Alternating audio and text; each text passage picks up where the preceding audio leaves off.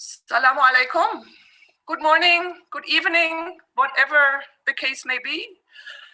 I'm Dr. Ilse Köhler-Rollesen, and I have the great pleasure, honor, and really joy to be able to introduce you, to welcome you all on behalf of the International Camel Organization and the King Abdul Aziz Public Library in Riyadh, Saudi Arabia, to the second international symposium of the International Camel Organization, to an amazing program with author Christina Adams about her book, Camel Crazy, and her incredible journey around camel milk. Before I introduce everybody else, I would also like to introduce myself. So I'm a veterinary doctor from Germany, originally currently based in India. I've done research on camels for 40 years, starting out in Jordan, where I fell in love with camels for the first time, and then did my PhD on camel domestication, and followed by fieldwork in Sudan. And then fate brought me to India, where I've been based ever since, working on a traditional camel nomadic community, the Raika. And just recently, I have started India's first dedicated camel dairy. Now I want to say a few words about the International Camel Organization. It was established on March 21st in 2019, and it has 96 member states.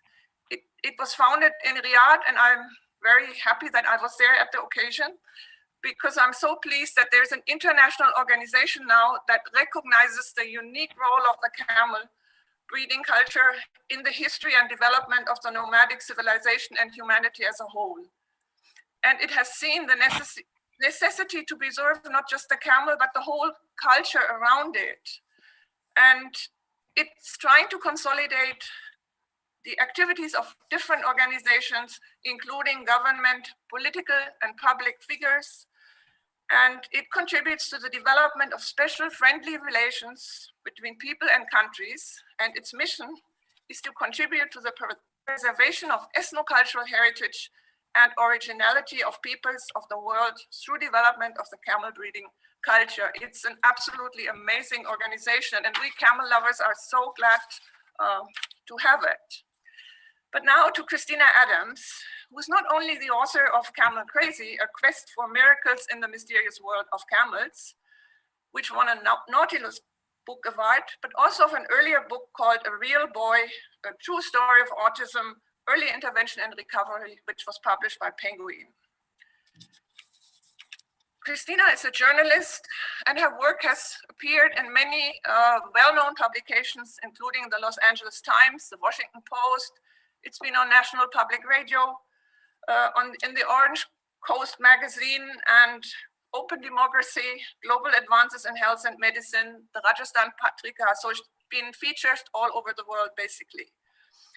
She's also received a number of awards for her work, and she has an MFA in creative writing. She teaches, speaks internationally, and has the winner of the Dr. V. Kurian Award of Excellence in Dairy Farming Practices and Innovations. And she also has a Lifetime Achievement Award from the Sri Ram Singh Memorial Animal Welfare Award. She lives in California. And now over to you, Christina. Dr. Ilse, there could not be a more gracious introduction nor a more wonderful host for today than yourself. Thank you very much. Dr. Ilse is also the author of a book called Camel Karma about her time in India, and it is a great read, so I totally recommend that. It's actually recommended reading in the back section of my book, Camel Crazy. So I'd like to say Assalamu alaikum, and I would want to welcome everybody today. Let's have a great time together. Let's learn some new things and enjoy each other's company. And shukran for attending today. You are very, very welcome. So this is the International Symposium on Camel Crazy and the amazing story of camel milk. Since today is World Autism Awareness Day 2021, it's a perfect day for such a discussion. So I'd like to thank the International Camel Organization, their founder and president, Sheikh Fahad bin Hafleen, Secretary General, Dr. Mubarak Al-Aswilam, and their outstanding staff for their efforts to support camels. This endeavor is really, really important. if there had been such a thing as an international camel organization when I started this, how many years ago now, quite a few, then it would have possibly made things easier for me, but anything easy isn't that worth doing, correct? So they have been really key to kind of bringing things together, as Dr. Ilse has said, and I'm sure we'll see more from this organization. And I'd also like to thank the King Abdulaziz Public Library and their general manager, Dr. Bandar Al-Mubarak, and staff, including Mohammed, our technician today. He's been great support for this program.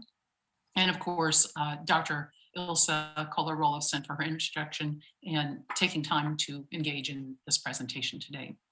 May I also state that Saudi has been really a leader in camel research. They did one of the first publications in Autism and Camel Milk, and it's just wonderful to see that their natural resource of camels is recognized by them. That's a great thing.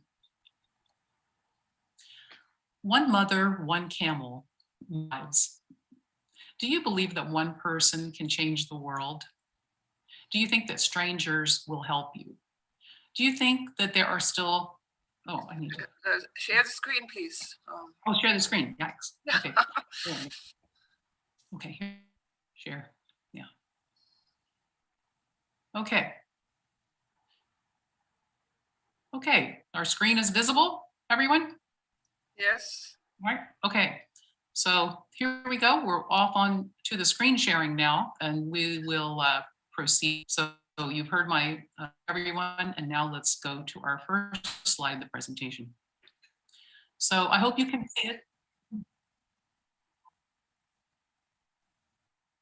I'm sorry, what? Oh, we need the whole. Okay, the slides. Hold on. Okay, I don't have a good screen here. Swap displays, perfect. Okay. Huh. No, that's my, yeah, I don't want that one. Okay, I need the one without just the regular one. Okay, so I'm gonna stop sharing for a minute. I'll be right back in a second. Hang on, everybody. Okay. Okay, I need to show the proper screen. I wasn't showing my full screen. So I did it. I swapped them. Now I'll swap them again. Okay, but see, they were saying it wasn't showing my whole screen. Where's my presentation that I should show? Right here.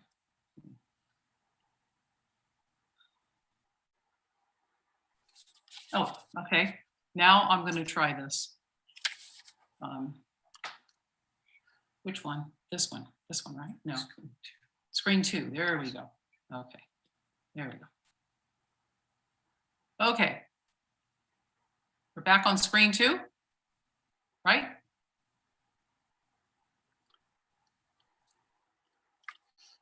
Do we have the full screen? Yes, we do. Go ahead, Christina. Fine. Okay, thank you, audience, for sticking with us. We're involving many countries right now and many time zones, so I appreciate your patience. Okay, so let's take a look at this slide. I've titled it, One Mother, One Camel, Many Lives. And this is a slide that says a lot to me. It's me with 4 women from a village in India, and they are from a camel and sheep herding culture called the Raika.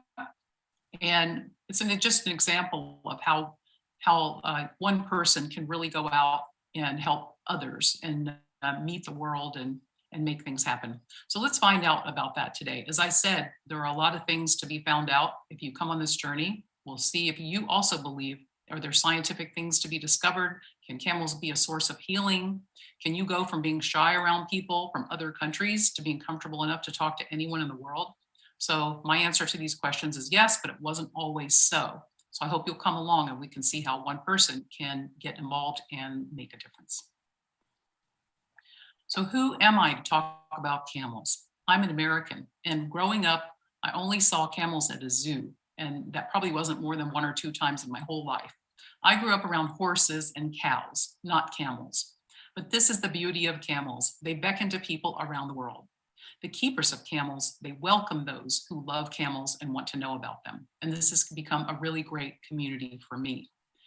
And I have been very to meet a lot of great cameleers. This shot with some baby camel at the beautiful Oasis Camel Dairy in California.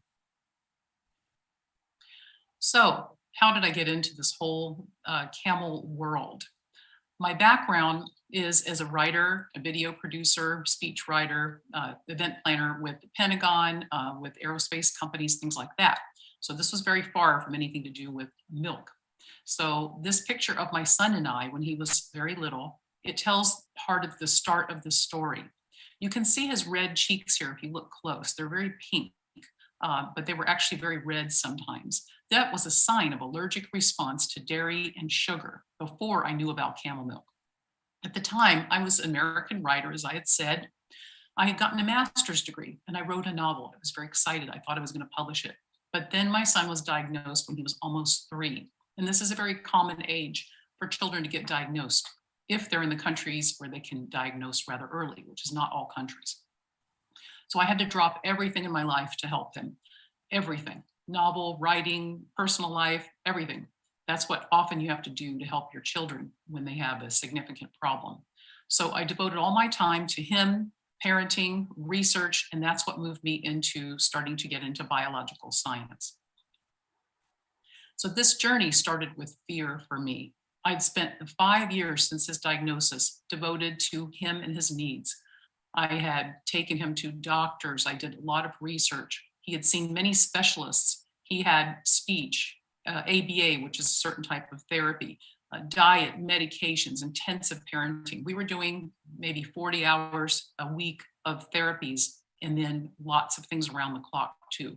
He responded very well to diet and medications. Diet is a big thing for people in the autism community because it does help many of the children and adults. But then he passed a kindergarten readiness test detected with no signs of autism. So he was a real success story as far as what he was able to do with the right support. So I wrote this book called A Real Boy, a true story of autism, early intervention and recovery. And it was all about that journey, both the emotional parts of it, which are very significant when you're dealing with these situations, but then also weaving in the information that helped my son. So unfortunately, around that time, I became a single mother. And this was a fate that I had always feared. To have a very high needs child and be by yourself is really very challenging and can also be quite dangerous if you have a child that kind of is very hyperactive and things like that, like my son was. So right after I got separated and was about to become a single mother, I was at a children's book festival and a camel happened to be there and it changed everything. So if you'll indulge me a little bit, since this is a library type of situation that we're in here, the wonderful King Abdulaziz Public Library, I'll read just a couple pages for you and that will set us up for the discussion to follow. So this is chapter 1. It's called Meeting the Camel. The camel stands calmly, munching something hay-like, placid in her dirty blonde summer coat. Her great head grows like a question mark from the curve of her muscular neck. Her padded leathery feet keep her comfortable on the bare spots of the lawn. She ignores the children offering pink tufts of cotton candy, staring at her with freckles ringing the O's of their open mouths. This camel was trundled in a horse van to this college in Orange County, California, 2 hours and a rocky mountain from her home in fire-scorched farm country. Her eyes watch the humans scattered on the green grass at this Sunday afternoon book festival. Her lashes hide the clear inner eyelid that will automatically close if an unlikely coastal sandstorm roars in. This camel knows her mission. She tolerates the admiring glances and rude remarks like a camel doing here. She knows that her human owner, the alpha bull of her herd, is nearby if she needs him. Little can faze her, as she has no natural predators and a nuanced, startled reflex. Although fluttering fabric and sudden movements may annoy her, her eyes express a confident view of her place in the world, composed in this moment of a task, the pen that holds her, and something to nibble with a little water on the side. Today, her job is to be a camel hair. What she doesn't know is that her blood can work medical miracles. Her flesh is kin to that of million-dollar racing camels. Her organs are debated, and her milk has healed the sick for centuries. She's about to launch a movement that will drive her species sky high, that people will clamor for the milk she gives, which will help fuel a modern resurgence of her kind. Neither do I. At this moment, she's just a camel, and I'm just a fearful, newly separated. She will inspire me to seek the surprising remedy for my son's autism symptoms and become a camel milk expert. This creature will throw me into research, dispatch me across the US, India, and the United Arab Emirates. Send my words to places like Malaysia, Sweden, England, Cyprus, Mongolia, France, and Pakistan. She'll cause scoffing and admiration, inspire scientific research and many products. But now I stand by her broadside, as bored as she is, watching her. She's tall and stolid, seemingly unflappable. Camels are like that, able to keep going without complaint for miles and kilometers. I spot a flapping tent behind her and walk over to investigate. There are small white bottles of camel milk lotion and soap. I lift a smooth, wavy bar to smell it, and the scent of lavender moves across my lip. A man in a green baseball cap shifts behind the counter. Hi, I say, is that your camel? Yes, sure is. We make soap and lotion from camel milk, very natural and healthy stuff. Then I ask, what else did they do with the milk? I don't know why. Perhaps boredom is driving me to this chat, or maybe that's how I am, always curious. They give it to premature babies in hospitals in the Middle East. It's supposed to not cause any allergies, he says. Really? It's non-allergenic milk? It's said to be close to mother's milk, like breast milk. Thanks. And look at my son, Jonah, sitting on a nearby slope. His 4 years of autism therapy have cost $500,000. Right now, he's a happy, blue-eyed 7-year-old charmer, fitting few people's idea of autism. But a trace amount of milk can send him in a trance, staring at a wall or laughing at nothing. He can disappear inside his head or up a ladder, atop a wall, or anywhere. Or one day, I worry out of his classroom and into special ed. I bring my son to the camel, stand him before the rounded belly and single hump. I tell him, it's a camel, and he says, okay, Mom, I have to find this milk. So now that we know how the whole thing started, this was my idea. I hoped that it would boost my son's immune system and allow for his autism symptom improvement, because all my past research had indicated that that was the case for him and many, many other children.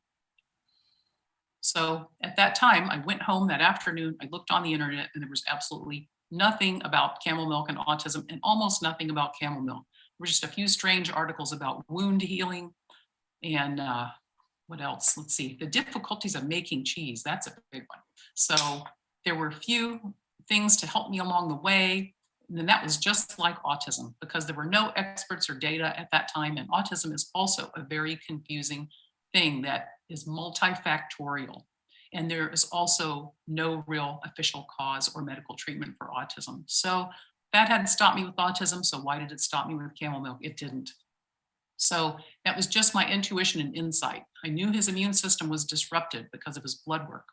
And meeting the camel man was a cue to trigger my intuition. And what I heard about the milk fit that pattern for my son, and it moved me to action. And parental intuition is a key to treating autism. So how did I get camel milk? I asked for help. I could not find it in America. I would try to find people with camels and write to them, and no one would ever write me back. So a few months later, I found a new paper in 2006 about autism and camel milk. Dr. Reuven Yagil, a great camel veterinarian, had written a paper about some children in Israel getting better off camel milk. He had done another paper with the scientists about food allergies, and those were two of the big things for me.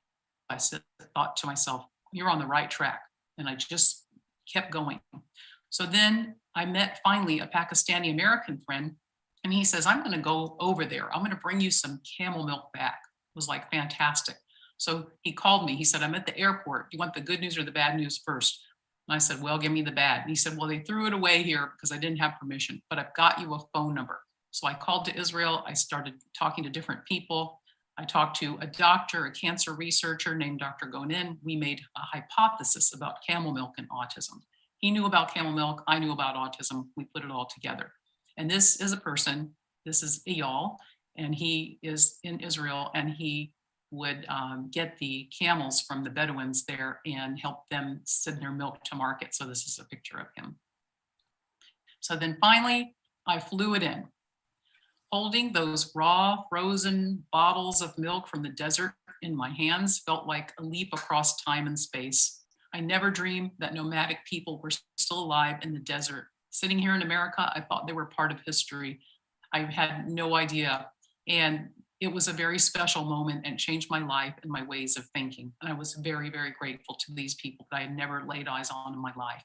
So here I am with the boxes of frozen raw camel milk from the desert. And I had done my due diligence on the safety as best I could. So I don't want you to think I just ran out and got raw milk without asking the proper questions. So here we are. And then that's what that's what frozen bottles of camel milk look like. They look the same if they're raw or pasteurized generally, but that's just a sample of what they look like. These are not the ones from Israel because those are bigger. These are American bottles, but you can get the idea.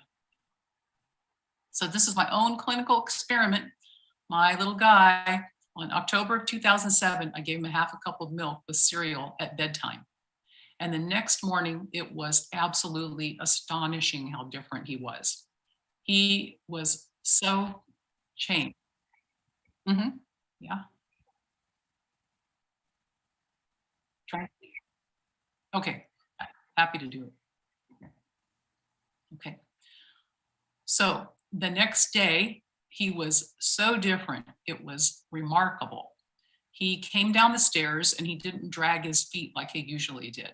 He sat at the breakfast table and he started cutting his food without it slipping and sliding the knife and fork all over the place. And he started saying things like, I really love you. You know, you're really great. You do so much for me. You make my food, you make my medicines. You guys are really great, really amazing. So that was really a very shocking moment. His improvement was so fast overnight that I was stunned. I was not even sure it was true, but it was true and I knew it. So I kept giving it to him, the same amount every day. Within 3 days, he could cross the parking lot alone without me hanging on to his collar. A lot of parents have to hold on to their children's collar or their arm when they're in public so the children don't run or bolt away to keep them safe. And so I remember we were walking and we were at a stoplight and I was holding on to him and he said, let go, Mom. And he looked both ways, turned his head. And when it was time to walk, he walked by himself. And then he was able to walk in a parking lot without the cars endangering him. So that was also remarkable. And one of the reasons why I gave it to him at that time was that he was having these terrible behavior breakdowns. Like everything would be okay, and then he would just start acting really wild. And I would give him some food, and it would slow him down a little, but it didn't solve the problem. No one knew what to do. When I gave him the camel milk, those behavior breakdowns stopped. It was absolutely remarkable. So as the weeks went on, the improvements continued. A lot of our children have systemic issues with their immune system. And so they have symptoms like things that show in the skin. He had little white bumps under his cheeks, or they'll have that really pink, red, inflamed look, or they'll look kind of puffy around the eyes. Now, the white bumps on his cheeks faded. He also had some other manifestations on his skin, on his body, and that all got better.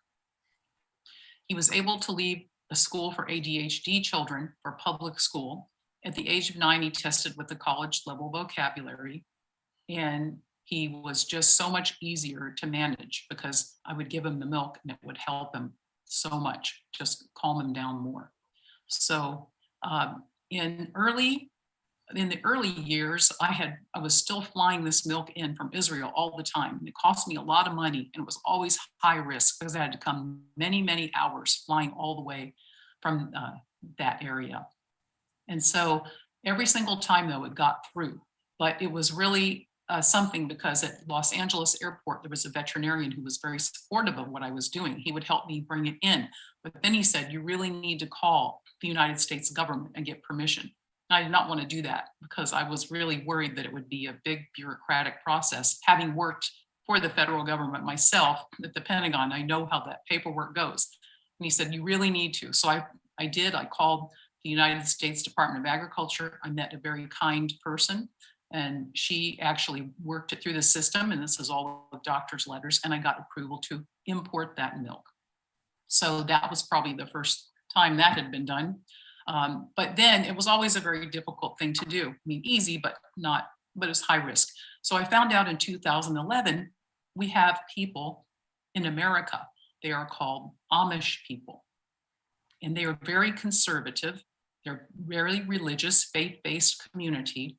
They believe in living apart from the world and being very strict, adherent on their religion. And they just don't like to interact with the world a lot because they feel it keeps them more pure and on their religious track. So they had started milking camels because they love the land. They love working hard. They don't want an easy life. They like to work hard. They feel that that's good for them. And so they had started milking camels. And I found that out on the internet. And so I actually reached out and I got some of that American Amish camel milk, and I got it and I gave it to my son, and it worked the same. So at that time, it was very, very important. It was a very important scientific insight because he's the first person my son ever heard of that had camel milk from 2 different countries. No one knew back then, is it the camel or is it the feed or the herbs that it eats in the desert? Is it the breed? No one knew that. So now we had proof in my son that the milk itself from 2 different countries could work the same way. So that's when I realized maybe it's safe now for me to tell the public about this. So because I can get camel milk, even if for some reason I can't get it in the country anymore. So I went and wrote an article that went viral, and it kicked off new interest in camel milk around the world and was translated overnight into quite a few languages. This is called Got Camel Milk. So that was a big moment in this journey. So as the year went on, the results continued to be amazing. I realized that it worked as an antidote to food problems. When many people eat food and it doesn't sit well with them, it can fire their allergic response. This is very common in autism symptoms. So it may not be technically a food allergy, but it is a food intolerance, and it creates a state of allergic response, and that can become chronic and lead to chronic inflammation. So this camel milk, when my son would get cheese or milk or something, or even sugar, I would give it to, because that would cause problems with him right away. You could see it.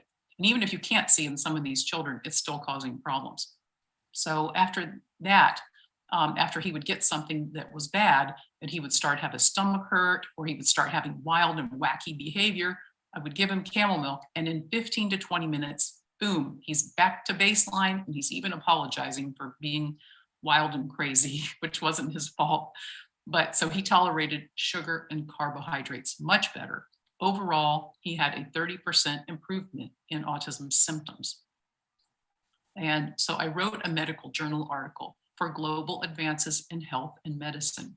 It's now cited by other researchers, quite a few researchers now. And that caught the attention of quite a few scientists, and I started speaking at conferences, and the little tiny camel milk industry began to grow. So me, I'm like everybody else. Once you really learn about camels, they start to become more and more fascinating. And I thought, this is just something the world needs to know more about, and there's really not that much about it, so I guess I have to do it. So I started spending a lot of time with camels in the US, Middle East, India. I spoke with cameleers from Somalia, right in our own country.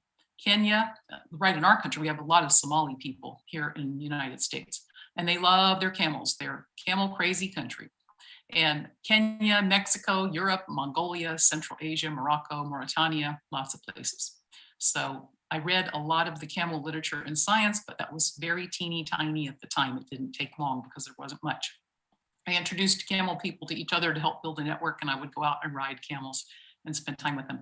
And the gentleman at the lower right is a member of the Somali community in America, and what a font of wisdom this respected elder is. And I spent time with him, and you can hear what he has to say in Camel Crazy. So how did this book happen? I was getting so many messages asking for help. It was taking me a lot of time, which I was happy to do, but writing the same thing over and over again to individuals was becoming very, very complex in terms of time.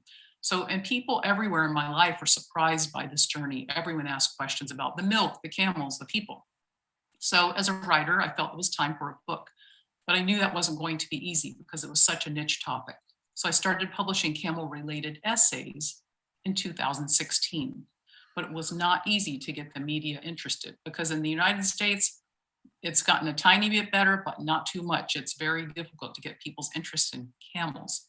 So this particular one happened because I met Netha Raika on Facebook. He's a young man who's a member of the Raika community, that camel community in India that are camel caregivers for centuries. And Netha was trying very hard to keep camels afloat in his life, which is an unusual path for a young man these days in Rajasthan. So I met him and I thought he would make a great topic for an article. And so I was able to write an article about India's camel legislation that has had an impact on their camels dropping, unfortunately.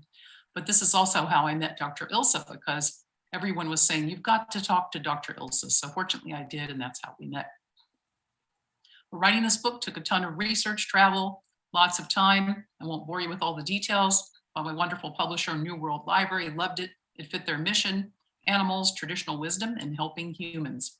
And it has a story, it has science. I used cultural fact-checking people because you want to make sure you're being respectful and accurate when you're writing about people of different faiths and cultures. And fortunately, scientists, doctors, farmers, even best-selling authors and people with autism have endorsed it. It's a personal journey with camels. This is the first nomad I ever met. This is the talented El Hadji Kumama from Niger. I met him right here in California at a jewelry party where he was selling his jewelry from the desert where these people have done it for centuries. And so he told me how living like a nomad was wonderful, and it helped me imagine a different worldview. And the book outlines the gut-brain connection and the role of food, inflammation, and other factors in autism. So it's been my privilege also to lift the voices of camel keepers and tell people why they deserve so much respect. And of course, the book itself contains a user's guide on how to buy, prepare, and serve camel milk with lots of information in it. Pretty much everything you need to know is in there. And you will want to do some preparation if you have a child with autism or on the autism spectrum yourself, perhaps, to get the maximum benefit out of it. All the information is in there. There's beautiful color photos of the animals and people that your family could enjoy, and it's suitable for giving to doctors. And it tells you, of course, it's now sold globally. Luckily, it was nominated for a Nautilus Book Award, and we won a silver medal. So that is quite nice. And I've tons of events now, and I'm happy to do it because it's something that needs to be shared. I say here, a miracle should be shared. And I use the word miracle loosely because it is based. It's not like it comes nowhere, but it can be miraculous for many, many people. So what I do is advise, write, and talk to vets, doctors, companies, farmers, communities, and parents. I still visit camel farms, and all countries have autism and other disorders that camel milk can help now because it's not just autism.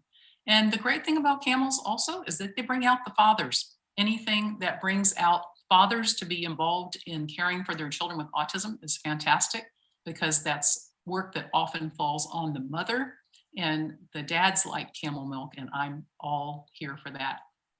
And I would like to add that female veterinarians have been in the forefront of this movement, like Dr. Ilsa and some others. And of course, we have great support from male veterinarians as well. And my son supports my work, and others with autism do too, including the renowned Dr. Stephen Shore, who is a person with autism, a professor, an international lecturer, and a board member of Autism Speaks. And so I'm very grateful to have his support as well. That's my son and I. We're in California. But when I see this photo, because my son and I have our arms around each other here, and we're looking at camels. And when I see this photo, I recall the verse from the Quran, will they not look at the camels, how they are made? it's talking about how the camel was made for you and it will do all these wonderful things for you and how you should use it. So I always think of that. It is always a pleasure to look at camels and think about how wonderful they are. So now, before we go to the next section, we'll stop here. We're going to be talking about autism, and we'll bring back Dr. Ilse for just a minute for a chat. Yes, Christina, thank you so much. I would really like to emphasize here how important your work has been to get recognition of camel milk here in India, where some 20 years ago, it was actually illegal to sell camel milk, and a camel milk seller from Udaipur, he was actually put into jail because the court said camel milk is hazardous to your health. So we had to take the case to the Supreme Court to get him released, basically. And it's actually only 3 or 4 years ago that camel milk in India became legal, when the Food Standards and Safety Authority of India finally accepted it and defined standards. And if this hadn't happened, it would have been impossible to open up a camel dairy here in India, which by now makes an enormous difference, both to the livelihoods of camel breeders and also to autistic children. So in our dairy, about 80% of the customers are autistic children. So it's, I can't wait to hear more now about the theories behind autism. Please start your second part. Thank you, Dr. Ilse. It is not anything that I ever foresaw, being able to help the pastoralists in India and other countries like this when I started, but it is one of the great honors and pleasures of my life to be able to impact the pastoralists in other countries and here. So I'm deeply appreciative of hearing that. It's wonderful. And of course, that wouldn't be possible without a lot of your work as well. You are the most patient, devoted person on the behalf of the Indian cameleer that could possibly exist. So, all right, we'll talk really quickly about autism. A lot of you that don't know about autism, I'll try not to go too deep for you, but some of it I think you will find important. This is a rising global issue. Used to, hardly anyone knew someone with autism. Now somebody knows somebody with autism pretty much wherever you go. So autism is rising globally. The US rate is now 1 out of every 36 children, if you base that on parental, doctor, and medical reports. The increase is new. Systems were not in place before for all these people, and now the resources are getting highly strained. Autism has always been with us, but the difference is a lot of people that may have been that phenotype were much milder, and therefore they were not really labeled. And the moderate to severe forms of autism were considered rare. When I first started this, autism was considered rare at 1 out of every 10,000 people. Now, yes, sometimes they have, said before, oh, they used to be called intellectually disabled people. Now we call it autism, but that only accounts for a very small slice. And the book explains all that kind of thing. So autism rates seem to rise along with the more industrialized lifestyles and of course, greater identification. But there really is a link in many science publications now: immune dysfunction, gut-brain issues, environmental issues like pollution, power lines, traffic, pesticides. They can all raise the risk, and foods, of autism happening. So everything moves very slowly in autism, just like it does in camels and camel milk. I actually think that camel milk might be catching up on autism now as far as the movement of the science, which would be something. So autism does have some genetic involvement, but there are no universally shared or recognized genetics and biology to autism. There are different subtypes of autism. Brain treatments for autism, schizophrenia, and these type of brain disorders are very high cost and low success when you're talking about the pharmaceutical industry. So not a lot of research is done because they have tried it before, but the outcomes are not really good and they're not really going to make much money. So it's very difficult. Autism as a target for pharma, very hard. So most research only gets done if there's big money for drugs, and these things like natural treatments who can patent camel milk? It's not easy, so you're not going to get big money out of it. Therefore, it's not really worth it to the big guns and putting a lot of research into this. So I have a graphic of fast food here because our society has moved much more toward industrialized and packaged food. It's wrapped in plastic, which we know plastics have a bad effect now on a lot of things. And there was a study a couple years ago, 25% of your gut microbiome in this study population in America was killed by one serving of fast food per week. And it went up to like 75% of your gut microbiome was killed by 2 servings or more a week. So it's really a very unhealthy situation that we're facing with the food supply. And camel milk helps enhance that gut-brain connection. So let's get to some beautiful faces that show us why we're doing this kind of thing. This new documentary called Camel Milk and Autism that I have just completed with the Dungar College Green Chemical Research Center in India shows the before and after of some children. So this first child that we have here, he's from India. There's a lot of other, I have video and pictures of these children, but we'll just make it short for today. He was deeply into computers. He was in his own world. That's a phrase you usually hear with autism. No sustained eye contact, not active. He'd lay on his bed with his iPad. He'd sit in his chair watching cartoons over and over. So, that's the kind of thing we're seeing here. And then after Camel Milk, he's playing, more active. He was smiling, looking at the camera, things like that. So the second child is quite dramatic. This little second child here, he was 2.5, 2.5 when we see his face on the left. You can see the sunken hollows under his eyes, the pink inflammation around his eyes. He had no eye contact, no social smile. He looks lost or in his own world. But the most sad thing is, look at the bruises on his head. He was headbanging so hard himself against the counters and the walls with constant self-injury. That happens in autism sometimes. He had no language, and he was already casein-free. That means free of other animal milks, which is something that often helps autistic children. The only help he was given by doctors and therapists was they told his mother, buy a helmet so it will protect his head, and he wouldn't even put it on his head. After Camel Milk, this child's self-injury stopped with the first ounce, she says. His skin cleared, his language flooded in, and these are her words. His eye contact improved, his social smile was present. He is glowing. I mean, look at him. So it's just amazing. He's 4.5 years old on the right. So you can see he's just got that glowing picture of health. He's smiling, his face looks better, everything. I think that's a good representation.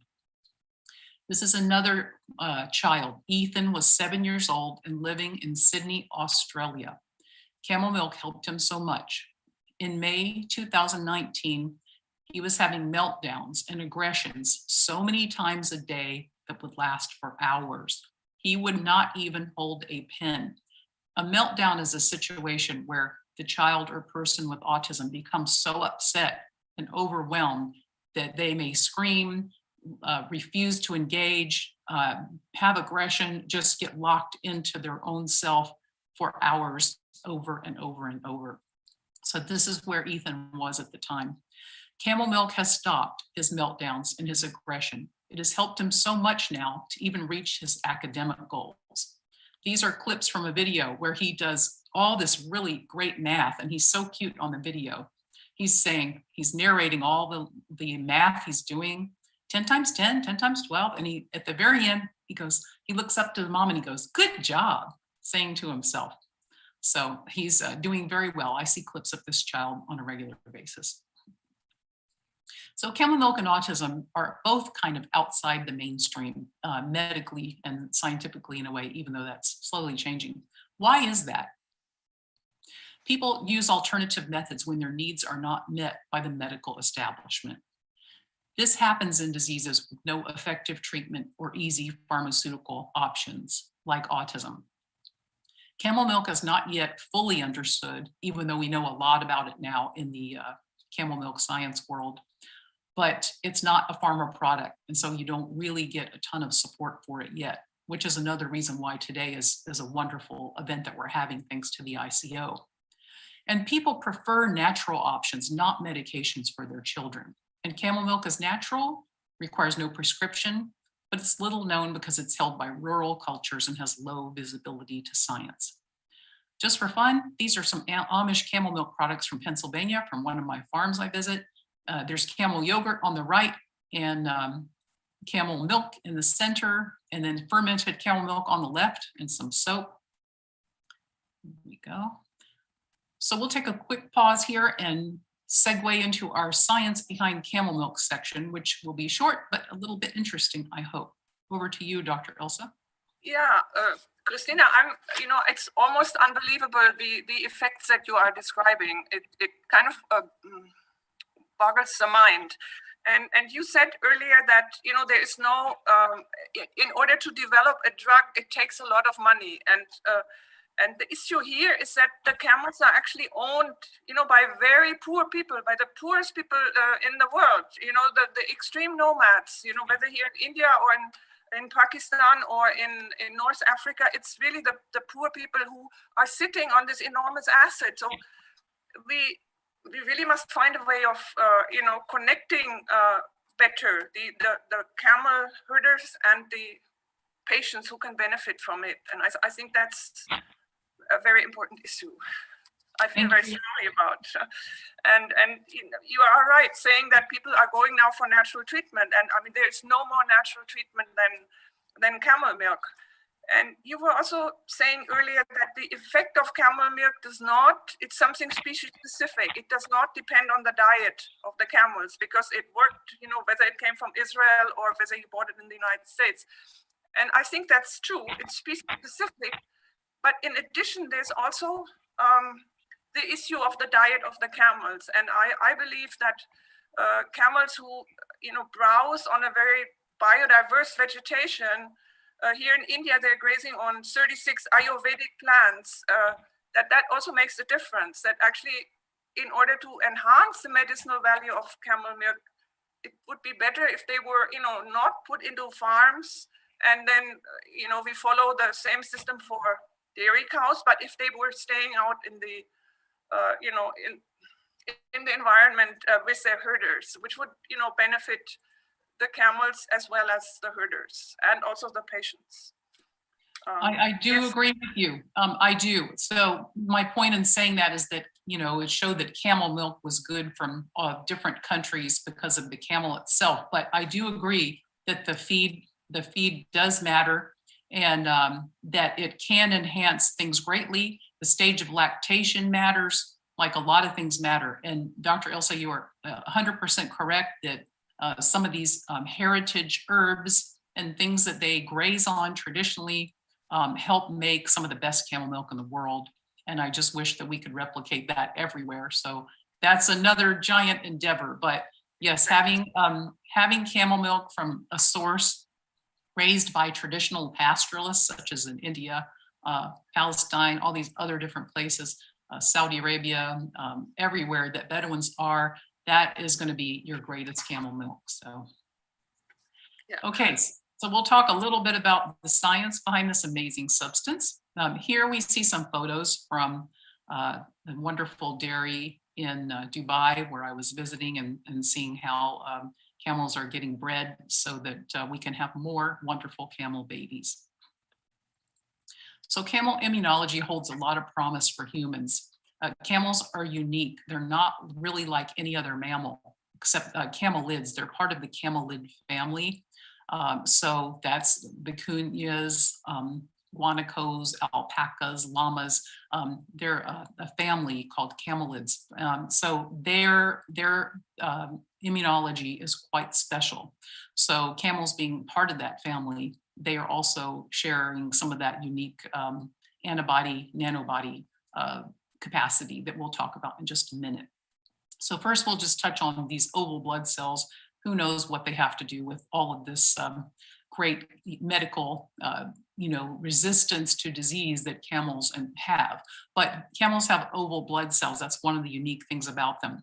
They can swell up with water when they need to. And then when they go into these very harsh environments, the camels, they can squeeze down these blood cells into an oval shape that allows them to be more slippery in the bloodstream and to keep things circulating. So they can go for a very long time without water. It's reputed up to 30 days, even though you don't want to do that. You don't have to. But then when they get to water and they can suck up a whole bunch in a very short time, those blood cells rehydrate like a full football.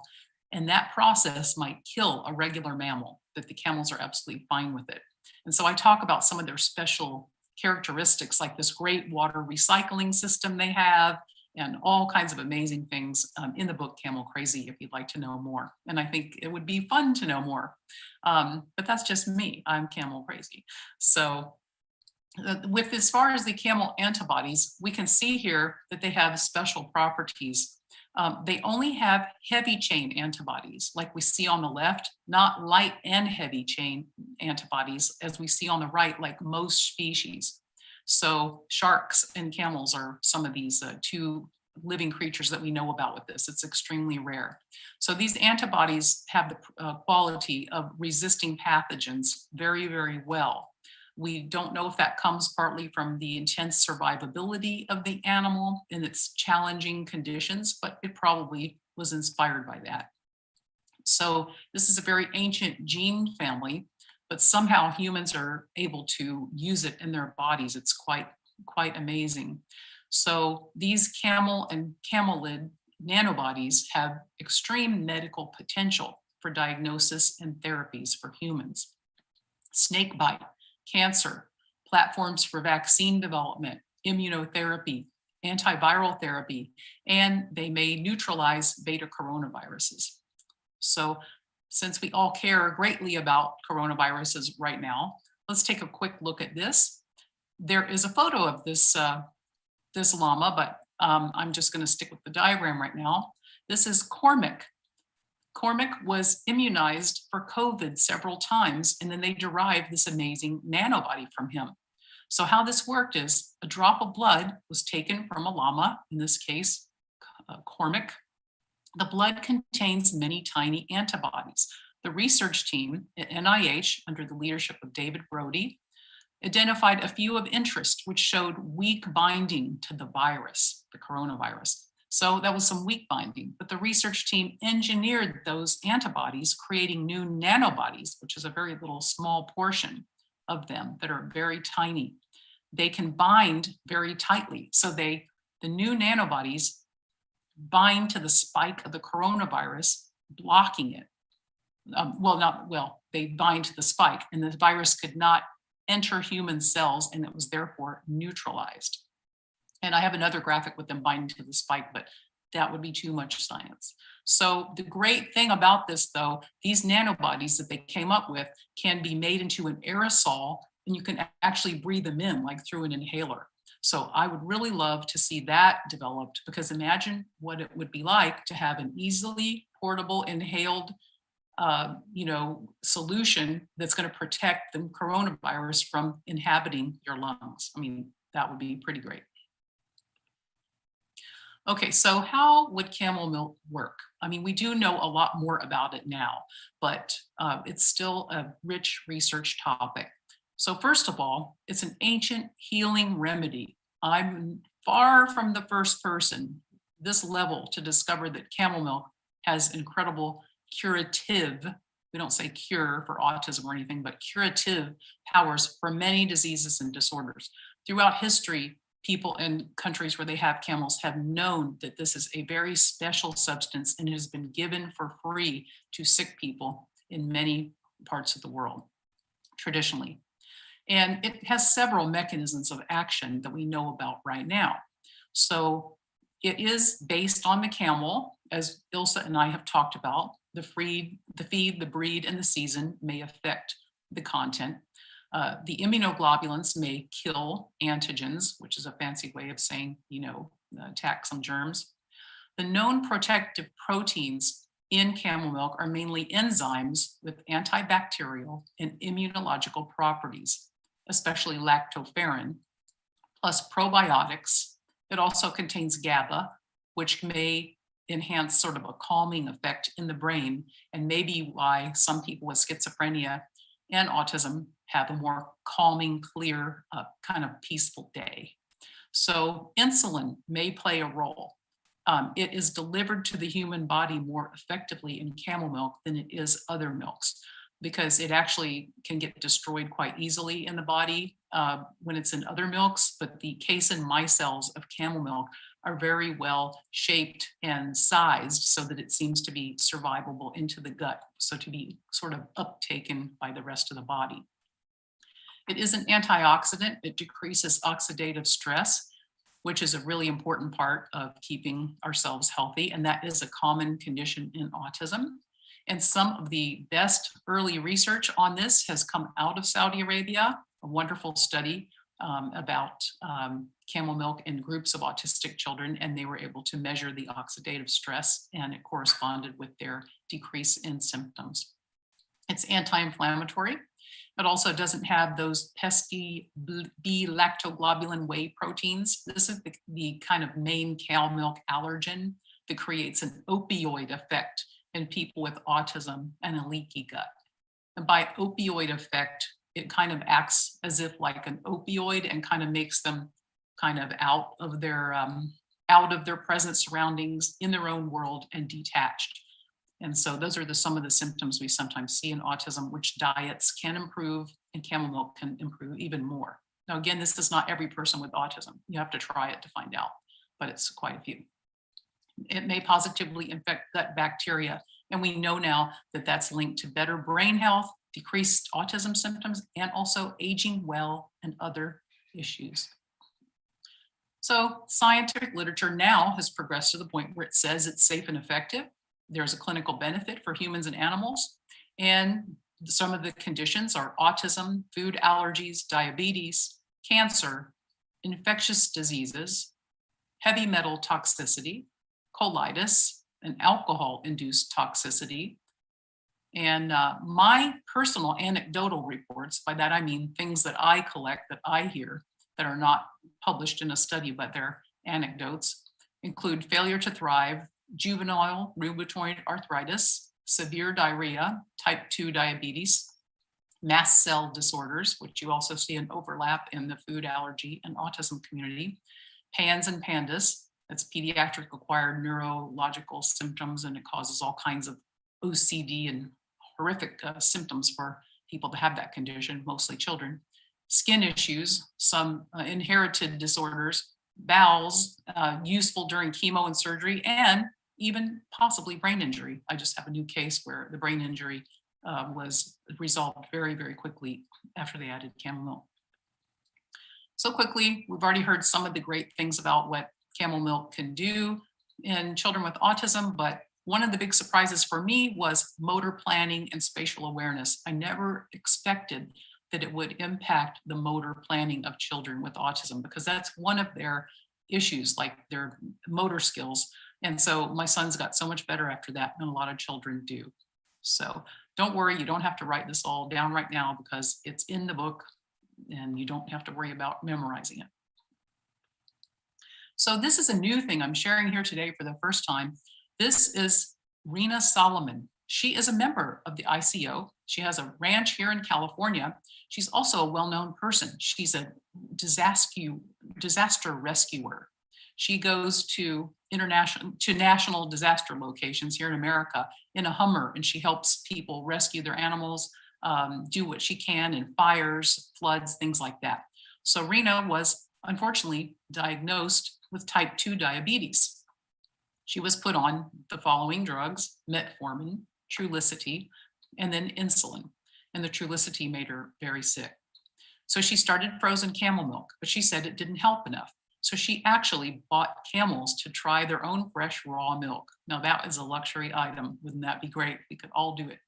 She took 16 ounces a day for 6 months, and she was able to stop her insulin and the Trulicity. Her A1C dropped to 5.5 on camel milk and metformin. So this is where she is right now. And that's a very controllable level for people that have diabetes. Her blood sugar drops under 100 after she drinks the fresh camel milk, and the pain in her hands also stopped. So you always have to ensure your milk is from safe sources. I have an easy home pasteurization method in Camel Crazy. If you want to get raw camel milk in some of the countries where they have MERS, which we do not have in the United States or Australia, but some of the Middle Eastern countries, they have it. So you can actually get raw milk and pasteurize your own if it's illegal, to get raw milk in your country. Sometimes it's not. But if you have your own camel or you are able to access it, then you can pasteurize it yourself to stay safe. And then that's all in the book. Now, these pictures are from an Amish farm in Pennsylvania. They milk the camel, goes right into this pitcher, and then that little white paper thing on the left is actually a filter. So they pour the camel milk through that filter and filter out impurities, and then you can drink it straight after that. And this is what camel milk looks like when it's being sent across distances. It's in a styrofoam box to keep it nice and frozen, and it works very well. Putting bottles next to each other when they're frozen turns out to help keep them frozen. Okay, we're going to move to our last section, and we'll have Dr. Ilse come back while we talk a little bit about camels and where we are today. Yes, thank you, Christina. I mean, it's really obvious that there's a huge field for research out there, and to get statistical data that are being accepted by the medical establishment, because I feel, we camel lovers, we say all these things about how wonderful camel milk is and how therapeutic, but I also see that very often doctors are very hesitant. And I also like that you said that actually there is already a huge body of traditional knowledge on the benefits of camel milk. And exactly one can learn from the camel cultures how about the effects of camel milk. And a few aspects you didn't point out I would like to add is one, it's very good for tuberculosis, and it was actually earlier used in the Russian countries systematically to treat tuberculosis. And tuberculosis is a huge problem in places here like India, and we've actually started to supply camel milk to TB patients here in the vicinity. I also think it has potential for anemia because it has that high iron content, 10 times that of cow milk. So, that would be an anemia is so widespread among, pregnant women, lactating women, especially in the desert. So it would be wonderful if one could connect the dots here. And then one little anecdote I want to say, we actually have quite a few customers who call us and they want to take camel milk because they think it increases their height. And we have calls from models, who said, please send me camel milk. I need it just half an inch taller. Then I can go in the model business. So this is also a widespread belief. And I love that. Yeah. I love that. Well, and you and I have both been party to this issue for quite a while. So I have seen that in many of the children that are failure to thrive, infants, they have actually started being able to tolerate food, and then they gain weight and they, are able to thrive. So that's one of the great uses for camel milk. And so could that lead to height? Possibly, I don't know. This is one of those things that's anecdote. We don't know yet, but it certainly can't hurt. And it's probably very good for bone health as well. And then Ilse, I would suggest that next time the models call, you can see if they can get this camel oil lipstick from China that I was given as a gift. I'm sure they won't be able to, but I think it's a darling little package with the camels on it. Now, just to address really briefly what she pointed out, in my book, I definitely have a call for action at the end. And this is what she's saying and I say. The emphasis on clinical studies and industry funding in science has tended to exclude traditional knowledge, ignoring the voices of people outside the scientific mainstream that could lead to new insights. Science affects everyone's lives, but it remains a highly exclusive club. If you are poor, non-white, non-Western, female, or not formally educated, your knowledge and experience are often dismissed as irrelevant. So that's what we need to change. So, yeah. Okay, so yes, we'll talk a little about camels now. This is a very funny-faced camel at the Oasis Camel Dairy in California near me, so he can get us started. So what's so special about camels? They are amazing. They emerged about 50 million years ago. They are highly adaptive. That means that they have become very, very specialized in the features on their bodies. They're definitely some strange looking creatures. When you first look at them, if you're me in America, you're thinking, well, I know horses. How does this equate to a horse? It just doesn't. So it's a very unique creature to get used to. It looks funny. A lot of people say camels are made by a committee where everyone just focused on one part and put them together. But they are beautiful to me. And once you get to know how amazing they are, there's no more attractive creature because they're just so special. There are at least 20 million camels in America. I mean in the world, we think, but all the estimates are inaccurate. We still need a good overall survey. But they're found in some surprising places. Lots of countries have camels, even if you don't think of them as having camels. Often they have made their way into these little places around the world you would not expect. Of course, they're very different from cows, goat, and sheep. The UN, back in 2006, I think it was, declared the camel milk a superfood. And I wish that had kicked off more at the time, but progress is very slow, as we know, but at least that was a good start. And while Bactrian milk is wonderful and all that too, dromedaries are usually the main source for dairies, and that's the one hump camel. The Bactrian is 2 humps. So that's what you need to know as far as that. Camels are very different, as we said, in biology. They are very smart. They have the intelligence of a young child. So some cameliers I know say they would guess they're around the same as an 8-year-old child. But then I was in Texas at a conference and an Australian camelier said, you see that camel there? That camel is smart. He's like a 12-year-old kid. And he hadn't even talked to me about this whole age thing, which is, camels are not like humans. I'm not trying to make them like that, but it's a bit of an equivalence there. So camels bond very strongly to their human owners. Bulls dominate the herd, but females do all the regular daily work.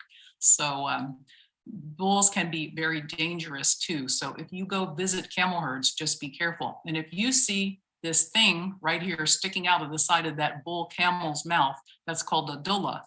And if you see that and you're really close to it, you better run. No, seriously, you don't have to run. Just back away slowly and just be glad that he didn't take his feeling his oats, his spring mood to create babies out, on an innocent human. So young camels are very playful. In the United States, when they're in farms, they can actually kind of cause injury to humans accidentally because humans think that young camels are going to be really easy and cute, but they're still large and they can jump on things and all that. And so females can be, temperamental, but they're really fantastic creatures. But what I would say is because I have many people contacting me now saying, I'm buying camels, I want to get into camels, and I knew they would. So that's why I'm saying seek advice on camel handling before you go out and buy camels. And of course, here's a wonderful Bedouin acquaintance of mine with some beautiful camel babies in Al Ain, UAE. So it's a valuable animal hiding in plain sight. Here's a very large Sudanese camel. That's a very nice contrast. You can see how small the human is. And that's a big camel, which is great. Camels come in all shapes and sizes. There are many, many different types of camels. So here in the West, of course, camels are seen as very unusual, but they're just typical livestock in many countries. So a lot of these places have a whole healing tradition, milk, meat, and fat to help them get over certain illnesses. But this knowledge, as we've said, has been overlooked as medications have become available and nomadic pastoralists have settled or been settled. So milk is still given free as a good deed in many places like Egypt and Africa. And camels thrive if their keepers thrive. So the better the pastoralists do, the better the camels will do. And why do we not have big dairies in the United States yet, which I wish we did? Small numbers in the United States of camels mean that it's hard to scale them up, so to speak, grow them into a big company that somebody will want to buy and make stock in and a whole lot of money. So investment bankers, they are not interested due to that. Fortunately, the International Year of Camelids is coming up, and I'm happy that this is part of the early events to note and celebrate this year. The UN has declared the International Year of Camelids for 2024. They point to the urgent need to raise public awareness of camelids for food security. There are many, many millions of poor families that live in the most hostile ecosystems on the planet. Camels help them fight hunger, extreme poverty. They also empower women because women are often involved in the milk money, can help educate girls with that money and sustain the land. Also, they represent the cultural and spiritual identities of many of these indigenous peoples. And so socially, they're very important. They also constitute what we call genetic biodiversity. These are resources that we need, but we may lose without even knowing what we have and how important it is. So it's a small and growing industry. It's potentially $10.2 billion in 10 years, according to the FAO. It's a fast-growing livestock animal. The demand is rising due to autism and health consumers, plus the Muslim meat and milk market is important. It's not really that supported by most governments yet, but the governments that are role models for the rest of us to support camels. When I started this, there were only a few world dairies. Now there are many around the world. At least 3 million tons of camel milk are officially, but 70% of it is consumed by the owners and never gets to the market. And unfortunately, Saudi Arabia, our host country today, is a top camel milk market. And as a sign of success, fake and adulterated milk is starting to appear. So be very, very careful of where you source your milk. That is always something to remember. So as far as these interesting cultures that produce camel milk, this is a beautiful US Amish Mennonite farm family. I do feature this farmer, Marlon Troyer, in my book, Camel Crazy. He is a very camel crazy guy. He loves animals and he got into this and he loves them, and he has devoted his whole career now to having his camel farm, which produces some excellent milk in this country. And that's his beautiful wife, Savannah, and they have had several children. And they milk camels on 70 acres, and they have a lot of camels now. They're growing all the time. Again, as I said, these communities like to live away from others, and they do business with people outside, but they like to keep their faith strong, and they feel living that rural lifestyle is one way to do it. So nomadic and pastoral wisdom has so much value. Camels and their milk have been the backbone of society for eons. They form the wealth, status, and trading abilities of many cultures. They literally enable people to stay alive. There's a famous saying, different versions in different countries, but no camel, no life, which is the truth. So their lifestyles need recognition. They can benefit us all. These are some nomads in Sudan, the Lahawin tribe. They're moving with this little house. They're moving from migration between the rainy season, after the rainy season. See this little house on the back? That's for women and children. And I will not attempt to say it, but it's a nice, anything you can think of to be on the move and carry all your belongings and protect your family at the same time, they have thought of. So this is a friend of mine, and he's got something on his mind. His name is Sidi Amar. He's a Tuareg nomadic camel herder from Niger. Sidi trains camels here in the United States. He has lived here for many, many years. He exemplifies the great traits of nomadic life. Sidi can sleep anywhere. He can adjust to any group. He can understand animals. His bond between a camel and himself is just amazing. He can interpret exactly what they're thinking and feeling just kind of by looking at them. And so Sidi is here now. He says to me the other day on the phone, if I knew then what I know now, I would be a nomad back home raising my camels. So that's a pretty big statement. Everyone can benefit from nomadic ways. These kind of things may seem very far from us and very remote from us, and physically they might be, but they have a lot to teach us. Societies are healthier when they have the outdoors to engage with. It helps de-stress us, it enriches our microbiome, and enhances our immune system. Dirt, animals, sun, plants, that's what we need. Sidi and I both said at the same time to each other, we come from the dirt, we are part of the dirt. And that's actually truer than we know. So let's teach our children to become comfortable with nature, help them engage with dirt, sand, soil, trees, plants, and animals, manure, even though kids are grossed out by that. You know, it's part of a good gardening system. Fire, water, and raw foods they can cook and going off the grid.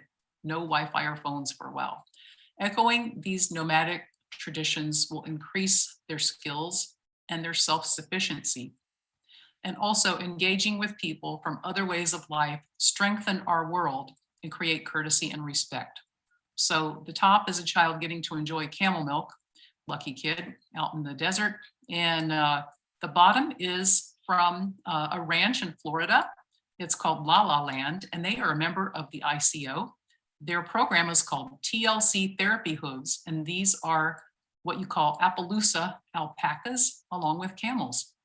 And they take them to nursing homes, they serve veterans, they serve lonely people, children. It's just a great way to use animals in a pastoralist-inspired system. So our friends as pastoralists need help. There's a low demand for these draft animals now that the tractors have come along, and water and grazing rights are sometimes that issue. Youth are more attracted to screens than they are camels. So if there's more benefit coming from camels, that would be a way to keep the young Rika and other pastoralists engaged with them and make some money rather than looking at it as a dead end. There are a lot of transportation challenges in these dry, arid countries. And even in the United States, you know, it's not the easiest to ship around if it's frozen, but we do have FedEx and it works fine. However, some countries don't have that as easily. And of course, the belief systems in government overall don't really know about camel milk sales, but that is slowly changing. And some of the milk regulations can be a little bit burdensome for the small farmers. So it should be done sensitively with their involvement. And here I am in India at the world famous Pushkar Fair with Rika and other camel folks. Netha Rika, the young man, is to my right. I'm in the hat. And this is sad because every year they bring their camels and every year the price drops lower and lower. And every year it's becoming like an extinct thing, even though it's a giant attraction for Rajasthan. It's a cultural symbol of the state. Nonetheless, the real camels are dropping. So anything that Dr. Ilsa and the rest of us can do to help them is welcome. So this is one of the examples of how Dr. Ilsa's dairy has done things in the past. So you've got your Rika herder there at the top out milking his camel. The milk is brought and put in jugs on motorbikes. It gets put in this case direct to the family. And it goes straight to a beautiful child. And this child is in southern India, so it was a really, really long distance. And it has to go on a train or a bus. So keeping it frozen and keeping it moving is a real challenge. But this child improved greatly on camel milk, according to his father. So that's some of the what we call the cold chain that needs improving. So obviously things need doing. You can read more about that in the book. But you know, we need more research, we need clinical trials, we need funding for publications and all kinds of things. But I always want people to think about funding camel milk for their patients and the families because it can be expensive, rightfully so, but the families are sometimes overwhelmed with what they're already paying. And so keeping camel milk affordable would be great, even though it's not easy. I view the camel as a vehicle for peace and development. The top right, you can see Mandik, the milk-rich she-camel in blue, the state color of Somalia. And this camel is shown with Somali leaders. Mandik also means something deeply filling your mind, and it's used as a compliment to a dear female, I am told by a Somali friend. So it's a symbol of beauty, it's a symbol of passion, it's a symbol of pride. And it's great to see that they still care so much about their camels.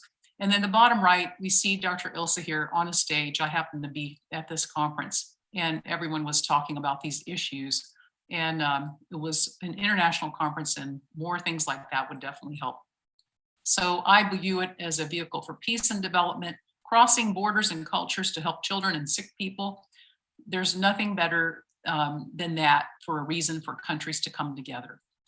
There's also a great anecdote recently during lockdown. I was on Twitter and someone asked me a question, but I couldn't get back to them right away. She was looking for milk in Rajasthan, in India. She needed it for her son with autism, who that was pretty much all he would eat, that and a couple other foods, and she couldn't get it anymore. And then people started tweeting, and she asked the head of the railway for India, and he responded, and he made a special train stop to bring that camel milk to the child so he would have food during lockdown. And everyone else started asking for it too. And then the railway said, we're going to make a special rule where if a child needs this milk, camel milk during lockdown, we're going to make a special train stop for them. So that is pretty darn remarkable. Camel is good for the world, as we know. Healthy milk, low impact on environment, brings people together, and a great business opportunity. So here we see on the right and right there, and this family to the left with their son had driven very, very far to see me. And I was able to give them some great advice, not just about camel milk, but how to get help for this child.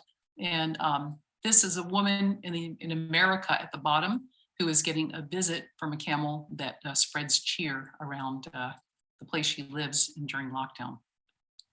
So it's a global movement now. Since I began, obviously things have changed a lot. Now thousands and thousands of families around the world are using camel milk. New research is continuing. New companies are distributing it in many countries. And my dream of universal access to camel milk is starting to come true. There I am on the right. The first time I ever saw camel milk for sale in the United States, it was in San Francisco. And I happened to see it and I was very, very happy. And then of course, there's a recent article in Smart Farmer magazine in Kenya, some coverage I did in Rajasthan, and myself and an international scientist at a conference. She is from Egypt. Okay, so what I would like for you to take away from today on a personal level is never be afraid to ask for help. That's what I did. And I was not a person that ever asked for any kind of help from anyone. That was just not how I grew up, and it was not something that I was used to doing. But when it came to getting camel milk for my son, that's what I did. And so I did, and it changed a lot of things. So as a story to illustrate how this can work, about a year ago, I was contacted by a woman in Pakistan, and she was very concerned about two family members, little children, both have autism and one is deaf. And she asked me, ma'am, can you please help, please help? So I did everything I tried. I asked all these people, it wasn't happening. And then I found Debbie Sue Abbott, who is also a member of the International Camel Organization. She is here in America. She offered to use her camel named Truman, who you see on the left. And it was during the time of our presidential race. And so she said, Truman needs to run for president and raise some money for these kids. So she had a little campaign called Truman for President. And she brought Truman around to all the neighborhoods and different places so families and children could engage with him. And they also gave money. And now, for the first time, about 2 weeks ago, we sent the first amount of money that was raised to the family in Pakistan, so the little girl can get tested and see if she can get a hearing aid.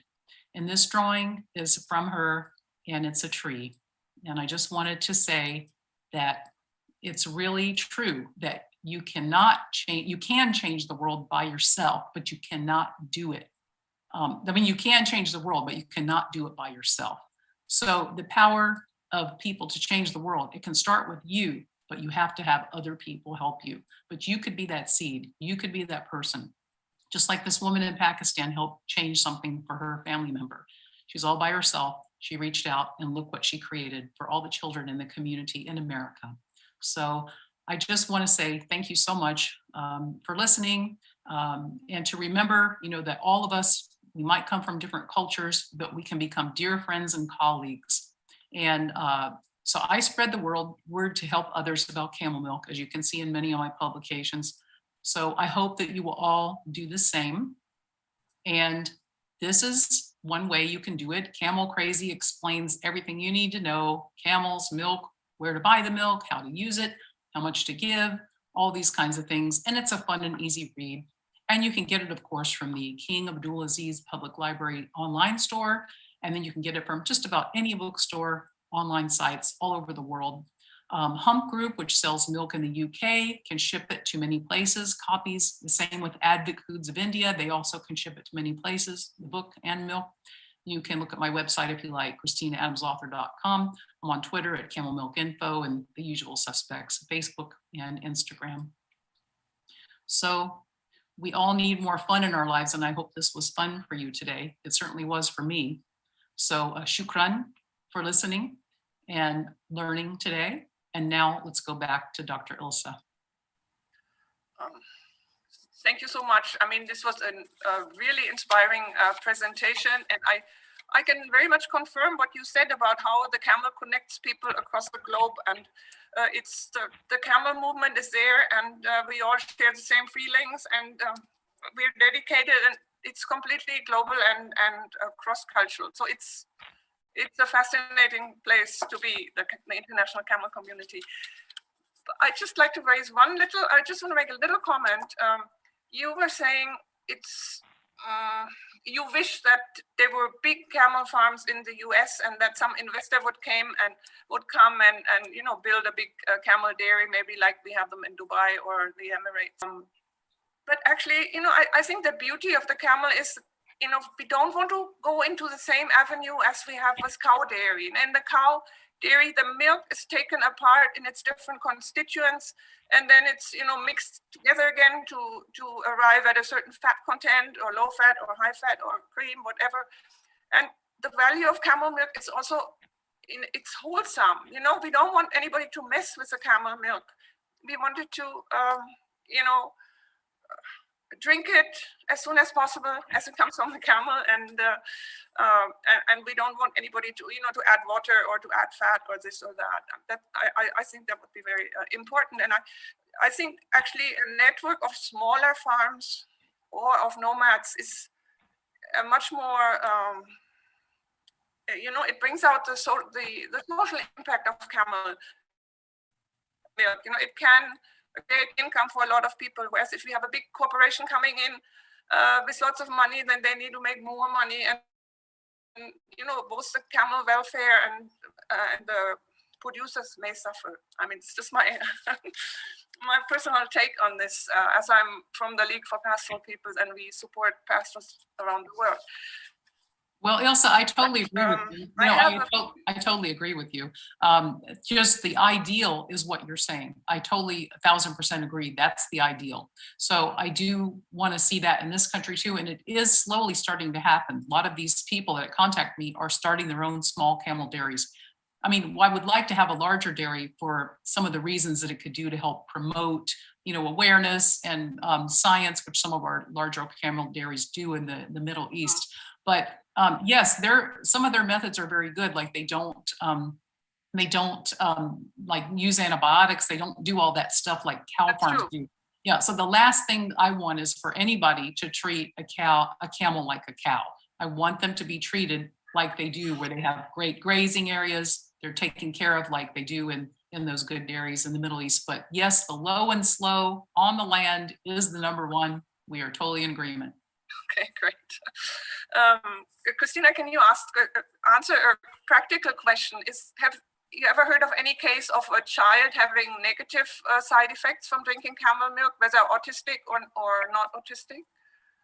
I have. This doesn't happen all the time. It's very, it doesn't happen regularly, but it does happen sometimes. So sometimes this is because they're not properly prepared already. If they're an autistic child, some of the foods that they're on may be conflicting, so they need to remove those. But all of the little side effects that you have with some, again, like I say, this really doesn't happen all the time, but all of those side effects are temporary and they're not that big of a deal. Like maybe they'll stay awake too late, at night, they'll be too activated if you give it too late, or, you've given a little bit too much or too little. So there is a guide in the back of Camel Crazy that tells you how to prepare, how much to give, what are the side effects, all those kind of things. So I know what parents want, and that's pretty much going to give them that. And of course, adults too, with other medical conditions.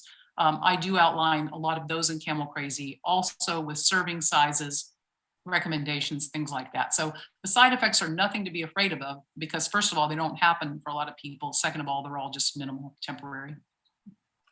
Okay, great. Yeah, so I think, so as you were saying, Camel Crazy is available in the internet practically everywhere. It's easy to obtain. Is it available as an ebook?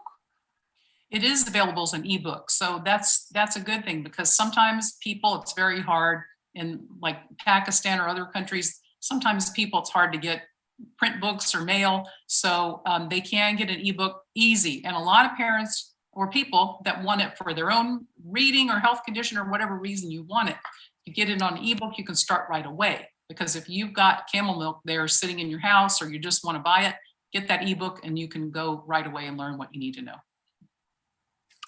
Okay, I think we're all set then. I think I can't thank you enough for giving this really comprehensive presentation. But I would also really like to thank the International Camel Organization for making this possible.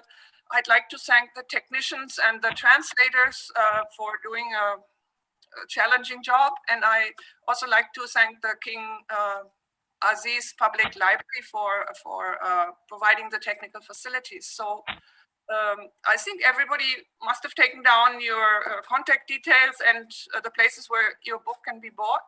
And I look forward to you doing more work on this. It will benefit the camel breeders. And so I think we can sign off, and thank you so much. And good night, or whatever it is around the world. Here it's like past midnight. So yeah, thanks so much, everybody. Would you like to say a final word, Christina? Thank you, Dr. Ilse. You did that quite eloquently, but I will just say shukran to my friends in Saudi and other places. Thank you to everyone. And it's really an honor to have you listen to this Camel Crazy journey of mine. And I appreciate your time. And I just am glad to be here. So thanks to the entire staff of ICO again, the library, Dr. Ilse, and all the people behind the scenes that have helped make this happen. Thank you. Thank you. Bye. Bye. Bye.